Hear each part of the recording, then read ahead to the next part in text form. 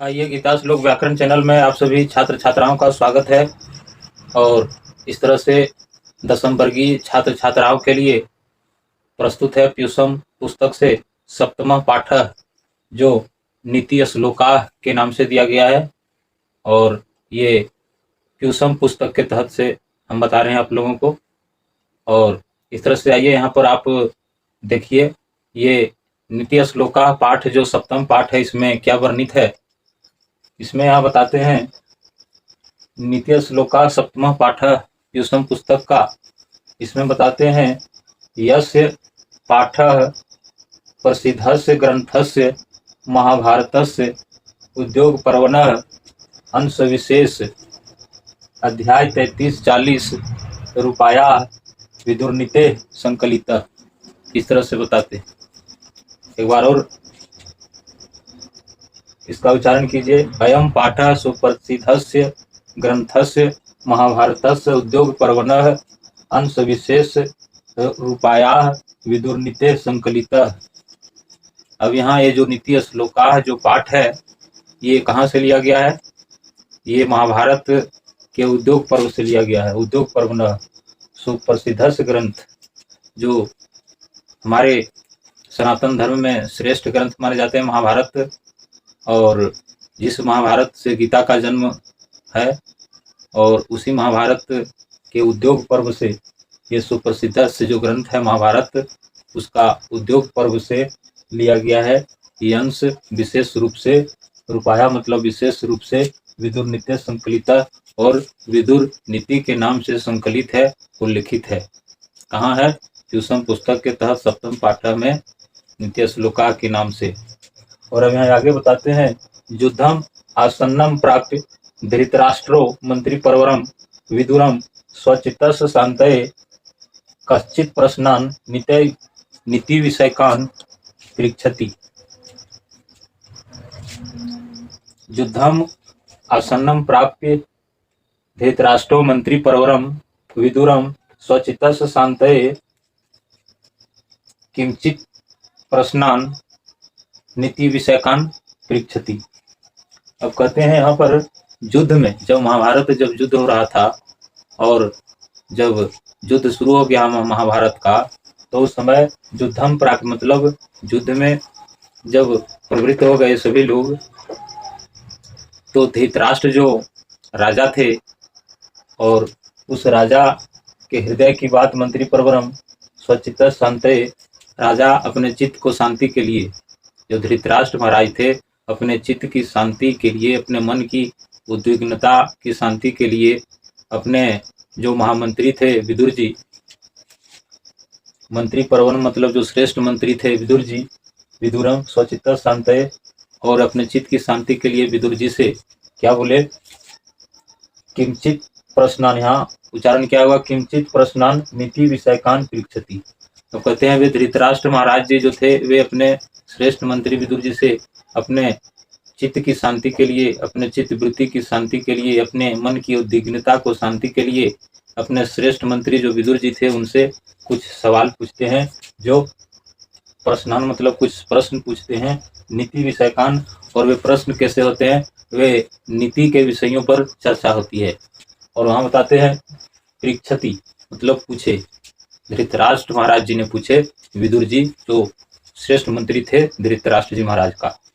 और उसके बाद अब यहाँ बताते हैं तेसाम समुचित उत्तरम, यहाँ उच्चारण क्या होगा? समुचित उत्तरम विदुरो ददाति। जो राजा पूछे धृतराष्ट्र जी महाराज, उनका सही सही उत्तर, समुचित उत्तर विदुर जी दिए। और उसके बाद यहाँ बताते हैं उच्चारण क्या होगा? ततएव, तदेव नहीं होगा, ततएव प्रश्नोत्तर रूपम ग्रंथ रत्नम विदुर्नीति। अब कहते हैं कि वही जो पूछे विदुर जी से धृतराष्ट्र जी महाराज, और वही एक प्रश्नोत्तर रूप ग्रंथ बन गया, और जो विदुर नीति के नाम से प्रसिद्ध हुआ, जाना जाता है। और उसके बाद आप आगे बताते हैं इयम अपि भगवत गीते महाभारत संगम अपि स्वतंत्र ग्रंथ रूपा वर्तते। अब कहते हैं इसी महाभारत से भगवत गीता मतलब भगवत गीता का भी प्रादुर्भाव हुआ। महाभारत संगम अपी, जो कि महाभारत का बिल्कुल सबसे महत्वपूर्ण अंग है गीता, और जो स्वतंत्र ग्रंथ रूपा वर्तते, और जो हमारे देश में पूरे स्वतंत्र ग्रंथ रूप के नाम से विख्यात हैं। और अब देखिए यहाँ पर आगे बताते हैं श्लोक नंबर 1 में, आइए यहाँ पर, और यहाँ बताते हैं जस कृतम न विघ्नन्ति शीतम उष्णम भयम रति। अब यहाँ विदुर नीति के लिए यहाँ बताते हैं धृतराष्ट्र जी महाराज को विदुर जी, और अपने सवालों का जवाब देते हैं विदुर जी, और इसमें बताते हैं जो सबसे उत्तम पुरुष, सबसे अच्छे व्यक्ति, सबसे श्रेष्ठ पंडित, सबसे बड़े विद्वान का लक्षण क्या होता है, उसको यहाँ पर बताते हैं। तो यहाँ पर देखिए बताते हैं श्लोक नंबर 1 में बताते हैं, जो विदुरनीति ग्रंथ से लिया गया है, महाभारत से। अब यहाँ उच्चारण होगा जस कृतम, यश नहीं होगा, जस होगा, और तब इसका अर्थ होगा जिसका, जिसके। जस कृत्यम न विघ्नन्ति शीतम उष्णम भयम रति। और यहाँ उच्चारण एक बार देख लीजिए, समृद्धि और समृद्धि हुआ, ऐसा उच्चारण होगा। समृद्धि और समृद्धि वा नहीं होगा, उच्चारण क्या होगा, समृद्धि, यहाँ विसर्ग जो रो है विसर्ग होगा। और फिर यहाँ असमृद्धि, ये जो विसर्ग है इसका, ये जो रेप है उसका विसर्ग हो जाएगा। तो उच्चारण क्या होगा, समृद्धि और समृद्धि वा, इस तरह से स्व पंडित उच्चते।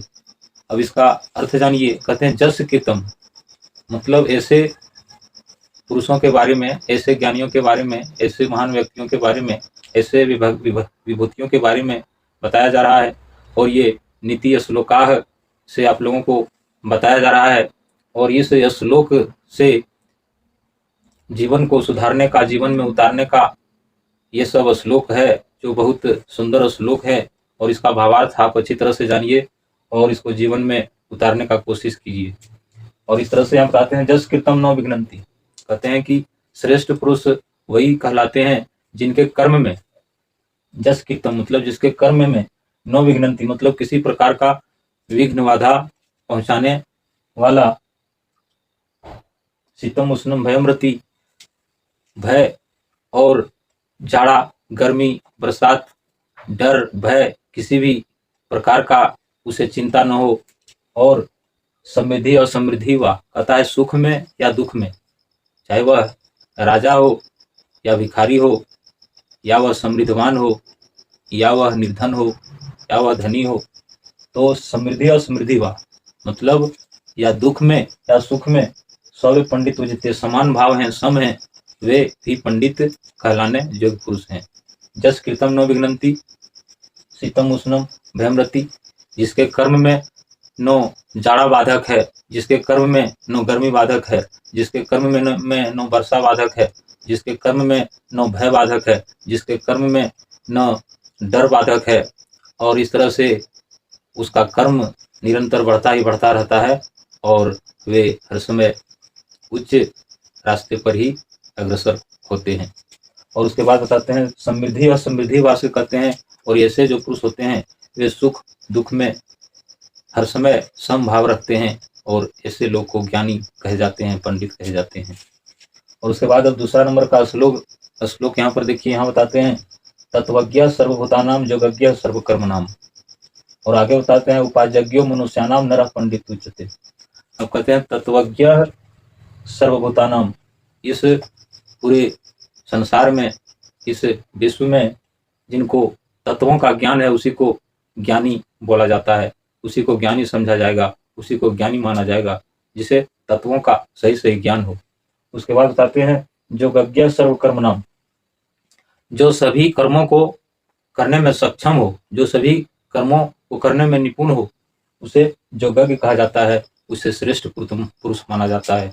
और उसके बाद बताते हैं उपायज्ञो मनुष्यानाम नरः पंडित उच्यते, और बताते हैं कि किसी भी उपाय को करने में सक्षम हो, और ऐसा नहीं कि बिना उपाय के कोई काम नष्ट हो, इस तरह से किसी भी काम को किसी भी उपाय से का जो बुद्धि जिसमें है, और ऐसे बुद्धिमान को यहाँ पर पंडित उच्यते, उपाजज्ञो मनुष्याणाम नरः पंडित उच्यते। ऐसे पुरुष को, ऐसे लोगों को यहाँ पर पंडित माने जाते हैं, पंडित माना गया है। और उसके बाद अब आइए यहाँ पर देखिए तीसरे श्लोक में, तीसरा नंबर में बताते हैं, अनाहुतः प्रविशति अपृष्ठो बहुभास्ते अविश्वस्ते विश्वस्ति मूर्छता नराधमः। तीसरा नंबर का श्लोक से क्या शिक्षा मिलता है? यहाँ पर देखिए अनाहुता प्रविष्टि मतलब जो अनावश्यक प्रवेश कर जाए, पहुंच जाए, बिना बुलाए आ जाए, उसे यहाँ पर अनाहुता प्रविशति से दिया गया है। और अपृष्ठो बहुभास्ते से बिना पूछे हुए बकबक बोलने लगना, बकबकाने लगना। और अविश्वस्ते विश्वस्ति मूर्छता नराधमः, जिस बात पर विश्वास नहीं हो उस बात पर विश्वास कर लेना, ये मूर्ख लोगों की पहचान है।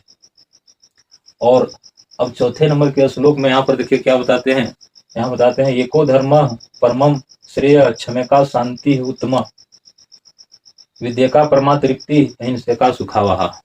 अब यहाँ बोलते हैं कि अगर एक भी धर्म मनुष्य में हो, नर में हो, मानव में हो, तो उस धर्म से श्रेय मिल सकता है। एको धर्म परमम श्रेय, अगर एक भी धर्म, अगर एक भी लक्षण, अगर एक भी आचरण, अगर एक भी संस्कार आप में अगर सही है, तो आप परम श्रेय को, परम पद को पा सकते हैं। क्षमे का शांति उत्तम। और अब कहते हैं कि क्षमा जिसके पास में है, जिस पुरुष के पास क्षमा जैसा हथियार है और क्षमा जैसा सिद्धांत है, और इस तरह से उस पुरुष को शांति, परम शांति का अनुभूति मिलता है। क्षमे का शांति उत्तम, और क्षमा जो है सो शांति का स्वरूप है, क्षमा का मूल्य शांति है।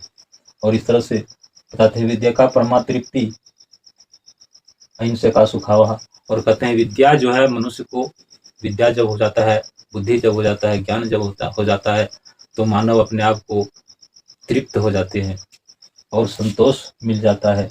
और क्या होता है, अहिंसा का सुखावह। और जो अहिंसक पुरुष हैं वही इस संसार में सुखी हैं।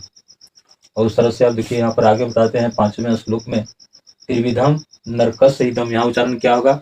और ये देखिए श्रीमद् भगवत गीता का श्लोक है, त्रिविधम नरकस्य इदम द्वारम नाशनम आत्मानः, नरकस्य इदम द्वारम नाशनम आत्मानः, यहाँ उच्चारण क्या होगा? नाशनम आत्मानः। काम क्रोध तथा, यहाँ जो सौ है उसके लिए सौ का विसर्ग हो जाएगा, और तब होगा काम क्रोध तथा लोभ, यहाँ भी विसर्ग हो जाएगा सौ का, तो हो जाएगा लोभ तस्मात् एतत्। अब उच्चारण क्या होगा यहाँ? लोभ तस्मात् एतत् त्रयम् त्यजेत्। और इस तरह से अब यहाँ बताते हैं कि त्रिविधम नरकस्य इदं द्वारम नाशनम आत्मानः। अब कहते हैं कि नर्क के 3 द्वार बताते हैं यहाँ पर। त्रिविधम नरकस्य इदं, नर्क में पतन की ओर ले जाने के लिए, नर्क की ओर ले जाने के लिए यहाँ पर 3 रास्ते बताते हैं, और उस 3 रास्ते को यहाँ पर वर्जित किया गया है। यहाँ पर देखिए क्या बताते हैं, नरकस्य इदं द्वारम नाशनम आत्मानः, जो इस प्राणी को, इस आत्मा को नाश कर देती है। क्या क्या वह चीज है, यहाँ पर देख लीजिए, काम क्रोध तथा लोभ। काम, क्रोध और लोभ, काम क्रोध तथा लोभ, ये जो 3 है, ये 3 नरक के रास्ते, ये 3 पतन के रास्ते हैं। और इसलिए बताते हैं तस्मात् एतत्, यहाँ उच्चारण क्या होगा? लोभः, लोभस नहीं होगा, लोभः तस्मात् एतत् त्रयम् त्यजेत्। और इस तरह से शुद्ध उच्चारण को बताना ही इस चैनल का प्रमुख उद्देश्य है। और ये गीता श्लोक व्याकरण चैनल को आप लोग लाइक, सब्सक्राइब, कमेंट करें तथा 10वीं वर्गीय छात्र छात्राओं से शेयर करें। और इस तरह से यहाँ बताते हैं त्रयम् त्यजेत्, इसलिए इस तीनों को त्याग कर देना चाहिए। क्यों? क्योंकि ये तीनों जो है सो नर्क की ओर, पतन की ओर ले जाने के रास्ते हैं। तो वे क्या है? काम, क्रोध तथा लोभ तस्मात् एतत् त्रयम् त्यजेत्। अब कहते हैं कि ये काम, पहले 1 नंबर में क्या है? काम। तो इस तरह से पहले काम को भी जानना जरूरी है। तो काम क्या है? बहुत से ऐसे लोग हैं जो काम को नहीं जानते, तो काम को जानिए। तो काम वह प्रक्रिया है जिस क्रिया के तहत स्त्री पुरुष दोनों को शारीरिक और मानसिक सुख शांति तथा संतान की प्राप्ति हो, उस क्रिया को काम कहा जाता है। और उसी को यहाँ पर काम शब्द से दिया गया है। तो काम की व्याख्या आपने समझे कि जिस क्रिया के द्वारा स्त्री पुरुष दोनों को शारीरिक एवं मानसिक सुख एवं शांति तथा संतान की प्राप्ति हो, उस क्रिया को काम कहा जाता है। और इस तरह से ये काम भी है, ये अगर कहीं हिसाब से ज़्यादा अगर होने लगा तो ये भी पतन के रास्ते हैं। उसके बाद है दूसरा क्रोध, और दूसरा कारण क्या है? क्रोध। ये मानव जीवन में, मानव के लिए, मनुष्य के लिए क्रोध भी एक पतन के रास्ते हैं और ये नरक के रास्ते हैं, ऐसा विद्वानों का मानना है। इसीलिए यहाँ आया है काम, क्रोध। काम के बाद दूसरा नंबर क्रोध। और तीसरा नंबर है लोभ। लोभ, किसी भी चीज के प्रति भावुक हो जाना, लोलुप मान हो जाना और उस चीज पर लोभ करना, ये भी पतन के रास्ते हैं और ये भी नरक की ओर ले जाने वाले रास्ते हैं। और इसीलिए यहाँ बताया है तस्मात् एतत्, मतलब इसलिए इन सभी का, इन तीनों का त्रयम् त्यजेत्, इसलिए इन तीनों का त्रयम् त्यजेत् से बताते हैं, इसलिए इन तीनों का त्याग कर देना चाहिए मनुष्य को, इस तरह से। और अब आगे यहाँ पर छठे श्लोक में देखिए क्या बताते हैं। यहाँ बताते हैं षड दोषा पुरुषेनेह हतव्या भूतिमीक्षता निद्रा तद्रा। यहाँ पर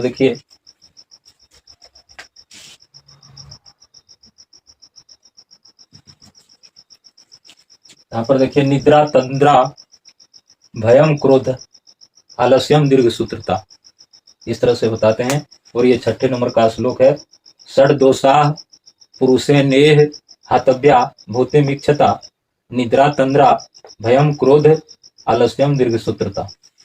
अब छठे नंबर का श्लोक बताते हैं कि ये छह जो है, ये छह चीज जो है सो मनुष्य को ऐश्वर्यशाली होने में, समृद्धशाली होने में, ज्ञानवान होने में, धनवानवान होने में, गुणवानवान होने में बाधक है, ये छह चीज। तो ये कि कौन कौन से वो चीज है उसको जानिए। यहाँ पर बताते हैं षड दोषाः पुरुषेनेह हतव्या, ये छह जो दोष हैं ये पुरुषों को मार कर पतन में ले जाकर ही दम लेता है। और वे क्या है? भूतिमीक्षता, मतलब आपके ऐश्वर्य को पाने में, आपको सुख समृद्धि पाने में, आपको ज्ञानी बनने में, आपको किसी भी क्षेत्र में ये आपको आगे नहीं बढ़ने देगा, ये छह दोष। और वे दोष कौन कौन सा है देखिए यहाँ पर बताते हैं निद्रा तंद्रा भयम क्रोधम आलस्यम दीर्घ सूत्रता। आप गिनती कीजिए, निद्रा 1, तंद्रा 2, भयम 3, क्रोध 4 और आलस्यम 5 और दीर्घ सूत्रता, ये छह दोष। अब इसका अर्थ समझ लीजिए। तो सबसे पहला नंबर है निद्रा। निद्रा मतलब है बहुत अधिक सोना भी मनुष्य के लिए बहुत हानिकारक है। निद्रा, किसी पुरुष का तो हर समय सोने का आदत सी लगा रहता है। और उसके बाद है तंद्रा, अधिक जगना। निद्रा को छोड़कर तंद्रा में मतलब अधिक जगना भी ये हानिकारक होता है। और उसके बाद है भयम, डर। डर मनुष्य को बहुत खराब चीज होता है मनुष्य के जीवन में, इसलिए अधिक भय भी करना मनुष्य के लिए हानिकारक है। और चौथा नंबर में है क्रोध। ये क्रोध भी मनुष्य के लिए बहुत हानिकारक है और इस क्रोध को भी त्याग कर देना चाहिए। और आलस्यम, आलस, किसी भी काम को करने के लिए आलसी जैसा हो जाना, आलस आ जाना, उसी को यहाँ आलस्यम बताया है। ये भी इसका भी त्याग कर देना चाहिए, क्योंकि ये भी लक्षण नहीं, ये कुलक्षण है और ये भी आपको पतन के रास्ते की ओर ले जाने वाले हैं। उसके बाद है दीर्घ सूत्रता। दीर्घ सूत्रता का मतलब है किसी भी छोटे काम को भी लंबे समय तक करते रहने का आदत को दीर्घ सूत्रता कहा गया है। और इस तरह से आपने जाने निद्रा तंद्रा भयम क्रोधम आलस्यम दीर्घ सूत्रता, तो इन छह दोष को हर मानव को त्याग कर देना चाहिए इस तरह से। और उस तरह से अब आगे हम बताते हैं, देखिए 7वें श्लोक में यहाँ बताते हैं सत्येन रक्षते धर्मो विद्या जोगेन रक्षते मिर्जिया रक्षते रूपम कुलम वृतेन रक्षते, इस तरह से। और इसका अर्थ अब जानिए, सत्येन रक्षते धर्मो विद्या जोगेन रक्षते। सत्य से धर्म की रक्षा होता है, सत्यता जो है, सत्यता से धर्म की रक्षा होता है। और विद्या जोगेन रक्षते, विद्या से आपको ऐश्वर्य की, आपको जोग की रक्षा होता है। और उसके बाद यहाँ बताते हैं मिर्जिया रक्षते रूपम कुलम वृतेन रक्षते। मिर्जिया से मतलब प्रसाधन, श्रृंगार प्रसाधन से। श्रृंगार प्रसाधन के लिए जैसे मान लीजिए आपको पाउडर हो गया, क्रीम हो गया, लिपस्टिक हो गया, सुरमा हो गया, आप और बहुत तरह के प्रसाधन हैं। तो ये सब चीज़ क्या है, ये आपको सूरत की रक्षा करने का चीज़ है, ये सूरत को बढ़ाता है। इसलिए यहाँ बताते हैं मिर्जा रक्षते रूपम, ये श्रृंगार प्रसाधन से रूप की रक्षा होती है। और कुलम वृत्तेन रक्षते, आपकी मनोवृत्ति से, आपके आचरण से कुल की रक्षा होती है। इसीलिए यहाँ पर कुलम वृत्तेन रक्षते आया है, आपके आचरण द्वारा कुल की रक्षा होती है। और उसके बाद अब यहाँ पर देख लीजिए 8वें श्लोक में क्या बताते हैं। 8वें श्लोक में बताते हैं सुलभा पुरुषा राजन सततम प्रियवादिनः, ये 8वें नंबर का श्लोक है। और यहाँ बताते हैं सुलभा पुरुषा राजन सततम प्रियवादिनः यह प्रियस्य तु पथ्यस्य वक्ता श्रोता च दुर्लभा। और यहाँ बताते हैं कि हे राजन से यहाँ विदुर जी धृतराष्ट्र जी महाराज को संबोधित संकेत करके बोल रहे हैं कि हे राजन, सुलभा पुरुषा राजन सत्यम प्रियवादिनः, जो मधुर बोलने वाले, सत्य बोलने वाले, उत्तम बात को बताने वाले, अच्छे ज्ञान को बताने वाले जो पुरुष होते हैं, पुरुषा राजन, ये बहुत दुर्लभ हैं, ये बहुत मुश्किल से मिलते हैं। और क्या बताते हैं, सुलभा पुरुषा राजन सत्यम प्रियवादिनः, जो प्रिय बोलने वाला, प्रिय सोचने वाला और प्रिय करने वाला, ऐसे पुरुष जो है सो दुर्लभ है। और प्रियस्तु पथस वक्ता श्रोता च दुर्लभ।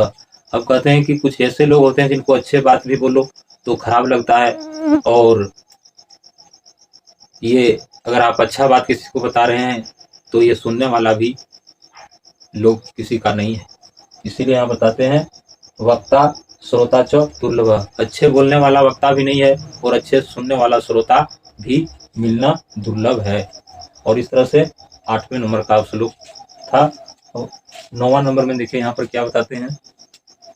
यहाँ बताते हैं पूजनीया महाभागा पुण्याच, यहाँ उच्चारण का होगा पुण्याश्च नहीं होगा, पुण्याच गृह द्वितीय, ये 9वें नंबर का श्लोक है। और यहाँ बताते हैं पूजनीया महाभागा पुण्याच गृह द्वितीय। अब कहते हैं कि महाभागा, पुण्यमान के भागी वही हैं और गुणवान के, श्रेष्ठवान के भागी वही हैं। कौन है, पुण्याच गृह द्वितीय, जिनके पुण्य से घर में उजाले, घर में खुशहाली और घर में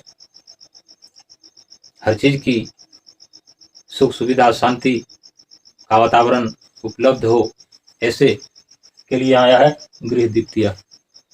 पूजनीय महाभागा, कहते हैं कि वे पूजनीय पात्र हैं, पूजने के योग्य पात्र हैं। कौन, जिनके पुण्य से, पुण्याच गृह द्वितीय, जिनके पुण्य से घर रोशन है, घर में रोशनी है, घर में खुशहाल है, घर में सुख समृद्धि और चैन है। और उसके लिए यहाँ बताते हैं, क्या बताते हैं, स्त्रिया स्त्रियो गृह से जोक्ता तस्मात् रक्षा विशेषता। और कहते हैं वो क्या है, वे स्त्री है, स्त्रियो स्त्रिया, घर के लिए, घर के महान, घर को संवारने वाले, घर को सजाने वाले, घर को खुशहाल रखने वाली, घर को सजाए संवारे रखने वाली और घर के पूरे रिस्क को संभालने वाली, यहाँ पर बताए गए हैं। स्त्रिया स्त्रियो गृह से युक्ता तस्मात् रक्षा विशेषता, और गृह में उद्योग को बढ़ाने वाले, उद्योग को करने वाले, यथा योग्य कर्म को, जिस कर्म को जिस ढंग से करना चाहिए उस कर्म को सुचारू रूप से करने वाले, युक्ता तस्मात् रक्षा विशेषता। और कहते हैं इस प्रकार की जो स्त्रियां होती हैं विशेष रूप से उनकी रक्षा होनी चाहिए। कैसी स्त्रियों का रक्षा होनी चाहिए, जिनके और वे पूजनीय, वे पूजा के योग्य हैं, ऐसी स्त्री पूजनीय महाभागा, वे पूजा के महान भागी हैं, अधिकारी हैं। ऐसी स्त्री जिनके पुण्य से घर में रोशनी, घर रोशन रहता है, खुशहाल रहता है, सुख समृद्धि छाए रहता है।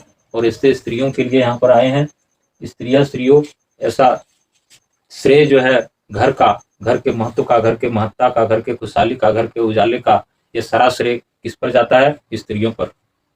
और कहते हैं इसलिए, कहते हैं तस्मात् रक्षा विशेषता गृह से जोक्ता, यहाँ उच्चारण क्या होगा, गृह से उक्ता तस्मात् रक्षा विशेषता। घर में ऐसे नारियों को, ऐसे महिलाओं को, ऐसे माताओं को, ऐसे बहनों को, ऐसे नारियों को सम्मानित किया जाना चाहिए समय समय पर, और ऐसे नारियों को रक्षा करना परम कर्तव्य बताते हैं ग्रंथकार। और इस तरह से अब आगे यहाँ पर बताते हैं, यह कृत्रिम विनियो हनंती हंति अनर्थम पराक्रम, यह कृत्रिम विनियो हनंती अकृत्रिम विनियो हंति हंति अनर्थम पराक्रम हंति नित्यम क्षमा क्रोधम आचारो हंति अलक्षणम। अब यहाँ 10वें नंबर में अंतिम बताते हैं, 10वें नंबर के श्लोक में, यह कृत्रिम विनियो हंति, आपकी उदारता को, आपकी महानता को, आपकी विनय के, आपको शील के, आपको शिष्टाचार को यह कीर्ति जो है सो नाश कर देता है।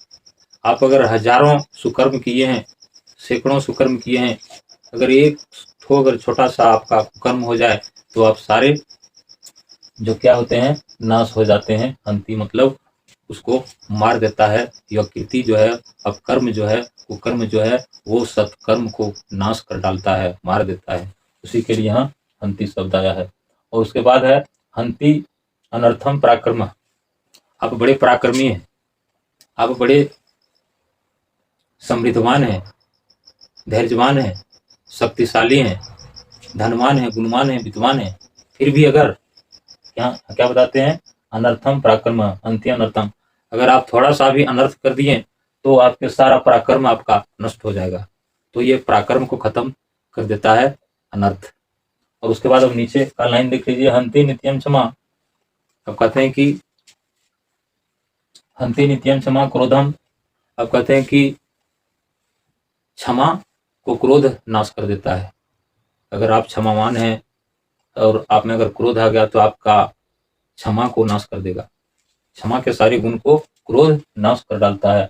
आचारो हंति अलक्षणम, और आपके आचार को, आपके विचार को, आपके संस्कार को, आपके शिष्टाचार को भी नाश कर देगा। क्या नाश कर देगा? लक्षण।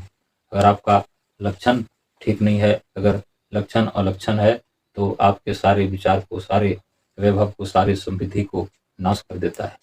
और इस तरह से अब इसका कुछ संधि विच्छेद शब्द देख लीजिए यहाँ पर किस तरह से बताते हैं। यहाँ पर देखिए नीचे में बताते हैं, जैसे समृद्धि और समृद्धि वा, यहाँ पर देखिए समृद्धि जोड़ असमृद्धि जोड़वा, और ये होगा विसर्ग संधि। और इस तरह से विद्या का विद्या जोड़िए का, ये होगा दीर्घ संधि। यह हिंसे का, यह हिंसा जोड़े का, ये दीर्घ संधि से। और नरकस इदम, नरकस जोड़िदम दीर्घ संधि। और नाशनम आत्मान, नाशनम जोड़ आत्मान स्वर संधि। गृह से युक्ता तस्मात् रक्षा, गृह से जोड़ उक्ता जोड़ तस्मात् जोड़ रक्षा, व्यंजन संधि। और उसके बाद क्रोधम आचारा, क्रोधम जोड़ आचारा स्वर संधि। हंति अलक्षणम, हंति जोड़ अलक्षणम स्वर संधि। प्रकृति प्रत्यय विभाग कृत, और उसके बाद प्रकृति प्रत्यय व्याकरण से देख लीजिए। यहाँ पर होते हैं निवर्त, नि जोड़ वृत्त जोड़ लप, और तब होता है निवर्त। उसके बाद उपगम, उप जोड़ गम जोड़ लप, तब होता है उपगम। और वक्तव्यम, वच जोड़ तव्यत, और तब होता है वक्तव्यम। परिहृत्य, परि जोड़ हरि जोड़ लप, और तब होता है परिहृत्य। गृहीत्वा, ग्रह जोड़ कत्वा, तब होता है गृहीत्वा। जित्वा, जी जोड़ कत्वा, तब होता है जित्वा। भेतव्यम, भे जोड़ तव्यत, तब होता है भेतव्यम। दातव्यम, दा जोड़ तव्यत, तब होता है दातव्यम। भूति जोड़ भूति, भू जोड़ कितिन, और तब होता है भूति। गति, गम जोड़ कितिन, तब होता है गति। तृप्ति, तीप जोड़ कितिन, तब होता है तृप्ति। रमती, रम जोड़ कितिन, तब होता है रमती। श्रम जोड़ श्रमती, श्रम जोड़ कितिन, तब होता है श्रमती। समृद्धि, श्रम जोड़ रिध जोड़ कितिन, तब होता है समृद्धि। वृद्धि, वृद्ध जोड़ कितिन, तब होता है वृद्धि। नीति जोड़ नीति, नी जोड़ नीति जोड़ कितिन, तब होता है नीति। हंति, हन जोड़ कितिन, तब होता है हंति। कृति, क्रि जोड़ कितिन, तब होता है कृति। साध्य, साध्य जोड़ नियत, तब होता है साध्य। भेद्यम, भेद जोड़ नियत, तब होता है भिद। आचारा, अंग जोड़ चर जोड़ घन, तब होता है आचारा। लोभ, लोभ जोड़ घन, तब होता है लोभ। श्रुति, श्रु जोड़ कितिन, तब होता है श्रुति। याकृति, याकृ जोड़ कितिन, तब होता है याकृति। और इस तरह से ये आपने व्याकरण जाने, और इस तरह से वीडियो को अंत तक देखते रहिए। और इस गीता श्लोक व्याकरण चैनल को लाइक, सब्सक्राइब, कमेंट, शेयर करें। और इस तरह से अंत तक देखते रहिए। महत्वपूर्ण सवालों का जवाब जो परीक्षा उपयोगी है उसके बारे में यहाँ पर देखिए। और जो परीक्षा के लिए बिल्कुल उपयुक्त है। और ये नीति श्लोका सप्तम पाठ से परीक्षा में किस तरह के सवाल पूछे जाएंगे यहाँ पर बता दें। देखिए 1 नंबर में विदुरः कः आसीत्, उत्तर क्या है? उत्तर है मंत्री। दूसरा नंबर है मूढ़चेता नराधमः कस्मिन् विश्वस्ति, इसका उत्तर है अविश्वस्ते विश्वस्ति। और तीसरा नंबर है उत्तमा शांति का, उत्तर है क्षमा। चौथा नंबर में है का परमा तृप्ति, उत्तर है विद्या का। 5वां नंबर में है नरकस कियत द्वारम परिगणितम, उत्तर क्या है? त्रियः। और छठा है विद्या केन रक्षते, उत्तर क्या है? उत्तर है जोगेन। 7वां नंबर में देखिए विनयः कम हंति, उत्तर है अकृत्रिम। 8वां नंबर में देखिए केशाम तत्वज्ञ पंडिता उच्यते, उत्तर है उपायज्ञो मनुषानम। और 9वां नंबर में देखिए अनाहुता का प्रविष्टि, उत्तर में है मूढ़चेता। 10वां नंबर में देखिए धर्म केन रक्षते, उत्तर सत्येन। और 11 नंबर में देखिए क्षमा कम हंति, उत्तर क्रोध। और 12 नंबर में देखिए सुखावहा का, उत्तर में है अहिंसा का। 13 नंबर में है नरकस्य त्रिविधम द्वारम कस नाशनम, उत्तर में क्या है? आत्मन।